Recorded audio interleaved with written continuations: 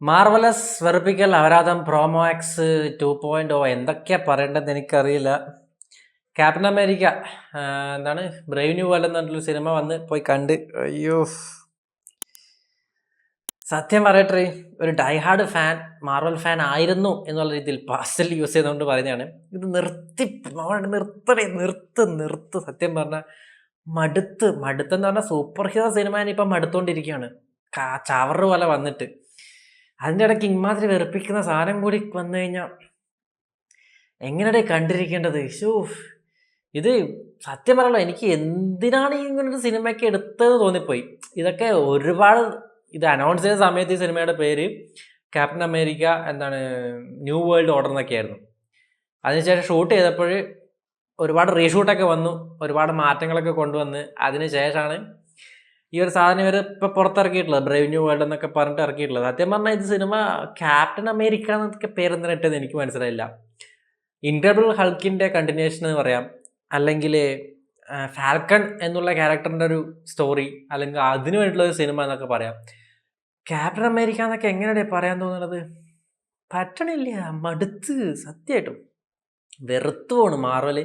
ഒരു മാർവൽ എന്ന് പറഞ്ഞൊരു ബ്രാൻഡ് ഉണ്ടായിരുന്നടി 2019 അത് തീർന്ന്. അത് അവിടെ അവർക്ക് തന്നെ മനസ്സിലായി അതവിടെ തീർന്നു എന്നുള്ളത്.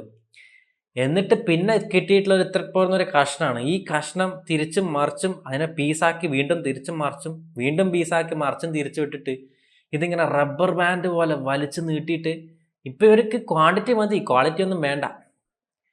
ലാസ്റ്റ് ഇറങ്ങിയിട്ട് ഡെഡ്പൂൾ ആൻഡ് വോൾവറിൻ എന്ന് പറഞ്ഞ സിനിമ ഒരു ഫ്രഷ്നെസ് കിട്ടിയിരുന്നു. അതിനുള്ള റീസൺ എന്താണെന്ന് വെച്ച് കഴിഞ്ഞാൽ ഈ ചപ്പും ചവറൊന്നും ഇല്ലാത്ത വേറൊരു യൂണിവേഴ്സിൽ നടക്കുന്ന വേറൊരു എർത്തിൽ നടക്കുന്ന ഒരു കഥയായതുകൊണ്ട് തന്നെ വോൾവറീനും പണ്ടത്തെ ഫോക്സിൻ്റെ ക്യാരക്ടേഴ്സ് കംപ്ലീറ്റ്ലി വന്നതുകൊണ്ടും എക്സ്മാൻ്റെ ഒരു ഷിഫ്റ്റ് വന്നതുകൊണ്ടൊക്കെ ഈ ഒരു സംഭവം ഇല്ലാത്തത് കൊണ്ട് അതിലൊരു സുഖം ഉണ്ടായിരുന്നവരെ കണ്ടിരിക്കാൻ.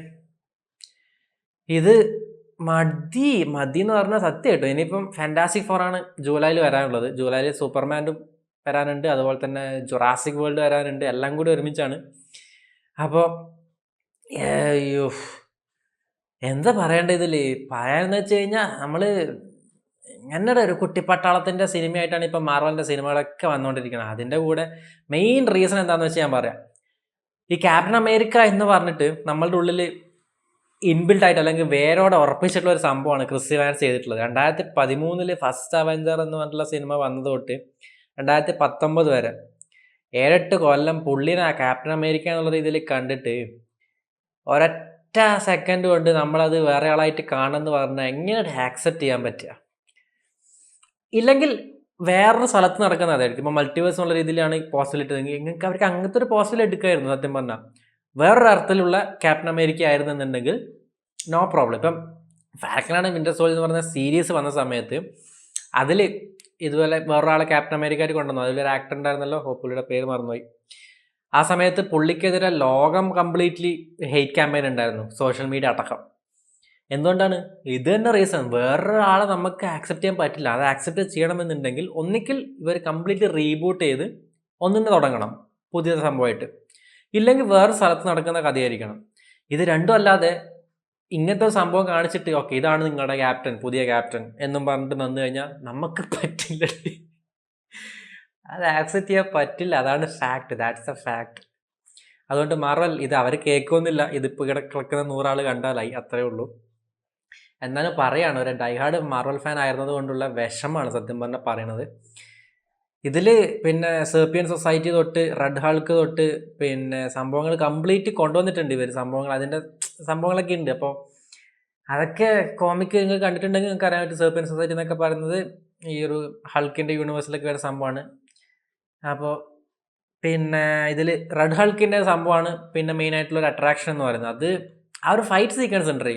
ഈ ഫാൽക്കണും റെഡ് ഹൾക്കും തമ്മിലുള്ള ഫൈറ്റ് സീക്വൻസ് ഉണ്ട്. ഇപ്പം ഇത് നമ്മളെ റോസ് എന്ന് പറയുന്ന ക്യാരക്ടർ ഉണ്ടല്ലോ, അത് തുടക്കത്തിൽ ഉണ്ടായിരുന്ന ആ ഒരു ക്യാരക്ടർ ചെയ്തിട്ടുള്ള ആക്ടർ മരിച്ചു. അതുകൊണ്ടാണ് ഇപ്പം ഇതിൽ ഹാരിസൺ ഫോർഡിനെ റോസ് ആയിട്ട് കൊണ്ടുവന്നിട്ടുള്ളതും ഇതുകൊണ്ടല്ല. അപ്പോൾ അതിൽ ഒരുപാട് ഷിഫ്റ്റിംഗ് ആയിട്ടുള്ള സംഭവങ്ങൾ ഉണ്ടായിട്ടുണ്ട്. ഈ പൊളിറ്റിക്സ് പറയാൻ പറ്റും, ഇതൊക്കെ പറയാൻ പറ്റും. പക്ഷെ ഇത് പറഞ്ഞിട്ടുണ്ട് എന്ന് വെച്ചാൽ ഉണ്ട്, ഇല്ലെന്ന് വെച്ചാൽ ഇല്ല. അങ്ങനെയൊക്കെ പോയിട്ട് വെറുത്ത് പോയൊരു സാധനം. എന്തായാലും നിങ്ങൾക്ക് പോയി കാണാം. കണ്ടിട്ട് ഒരു മാർവൽ ഫാൻ ആണെന്നുണ്ടെങ്കിൽ നിങ്ങൾ ജസ്റ്റ് ഒന്ന് പോയി കണ്ടു നോക്കുക. കണ്ടിട്ട് നിങ്ങളുടെ ഒപ്പീനിയൻ എടുക്കാം.